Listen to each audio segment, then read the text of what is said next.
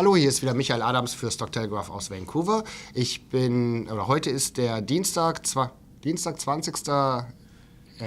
Januar. Ich bin ganz in der Zeit verwirrt, ja, weil ich jetzt auch am Wochenende hier gearbeitet habe. Ich war auf der Vancouver Resource Investment Conference.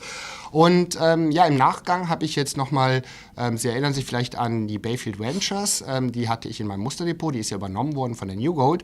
Ich habe jetzt ein Mitglied, das damals diesen Deal mit eingestielt hat, den Jim Pettit, dabei. Und neben einem kurzen Rückblick auf die Transaktion gibt es auch ein neues Baby, über das ich mit dem Jim sprechen möchte. So Jim, thanks for taking the time to talk to me. Thank you very much. And I was in my introduction in German, I was just referring to Bayfield, which I covered in my newsletter, and it was a good success for my subscribers and also for you guys because it was taken out, which was the final plan anyway. That's right. By New Gold just recently. So can you just give us some details about that transaction, how it worked out? In the end, it worked out very well. Happened actually fairly quickly after we talked last time. Yeah. When it did come about, it actually only took a couple of weeks to put the whole thing in motion, and then we were by New Year's Eve, transaction was completed. What we managed to do in a market that was really going down, we managed to preserve whatever value we had left in the stock. Right.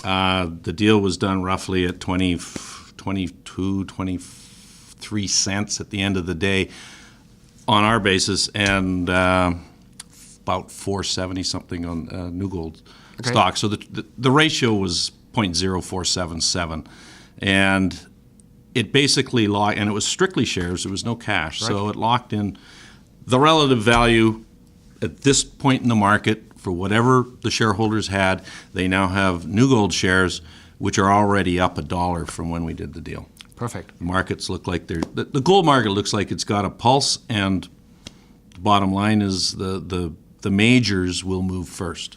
Right, I totally agree, and then Yeah. it will trigger down over the time to the mid-tier and the juniors. The juniors, yeah. And it was a success for my subscribers too, and I always like when companies or the management teams are delivering on their promises, which you did, you proved that, and so I'm very interested in another company where you're also involved, and that's Cypress Development. It's trading on the TSX Venture, and the ticker symbol is CYP. And can you give us a general overview what this company is doing? You have a gold project, but also a zinc project. Yeah. Can you just give us a little bit of basic information about those projects? Yeah. The company to start with is 14 million shares outstanding. Actually, it might be 16 million. Yeah, sorry. It's trading right now at 15 cents. It's got cash, about 300,000 in the till. Okay. We're located in Red Lake, Ontario, which is a very prolific gold district. Right. Everybody knows it. It's sort of the foundation of the gold Corp mines. They're very high. It's a very high-grade district, and we've been there for a very long time. We've got a very large land holding, and then we've also got in Nevada an extremely high-grade zinc deposit. We've got grades up to 30%. I think we average That's huge. about 9%. Okay, yeah.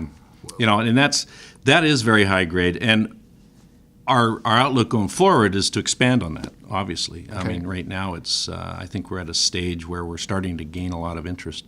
But I think if we can make it bigger, it'll really.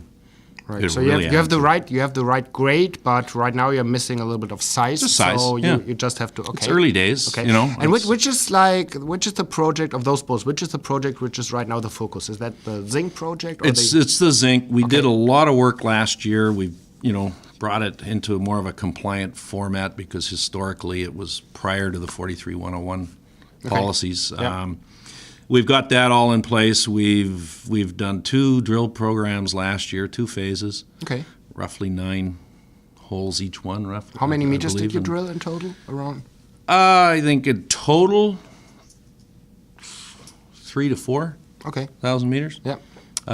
It's all from surface. It's RC drilling, which is a very low-cost way to do it. Right. It's, it's the depth, 300 feet. Okay. It's not. We're not talking meters. Yeah. It's not very deep, Yeah. and it's unique. It's an oxide formation, and it's very, very high grade. Yeah. And I'm very positive for the outlook of the zinc price. I have another company I'm covering in the zinc sector, that's Passenex. They have a different project in Turkey. But in general, I'm looking for some other zinc deals because, again, I believe that zinc will have a pretty good run from the base metal side. Of course, I'm very bullish for the precious metals too, and you have them too also, right? So you kind of have both. You have base metals and you have precious metals. So how long is this company around? Cypress has been around almost Forever. as long as I have. Okay. I mean, we've had it in this office in one form or another for 15 years, anyways. That I've been working here with the group in this office here. Okay, cool. Yeah. So, and to sum up, what's the cash position of the company right now? It's about $300,000. Okay, and what are the plans? Do you need to do a financing to accomplish the goals that you have set for 2015, or? Yeah, we will. Okay. For sure. We've got plans for Red Lake. That area we're in Red Lake is starting to get active again with another company called Pure Gold. We're tied right onto them, basically. And we're also tied right onto the Gold Corp, the new Koshner mine. Okay. And then for this one, Yeah. Let me ask you a question. So I know that you're in contact to the brokers and the financiers over here in Canada. So like closing and bringing Bayfield to a success, how does it help you in getting financing for your other companies, for example, Cypress?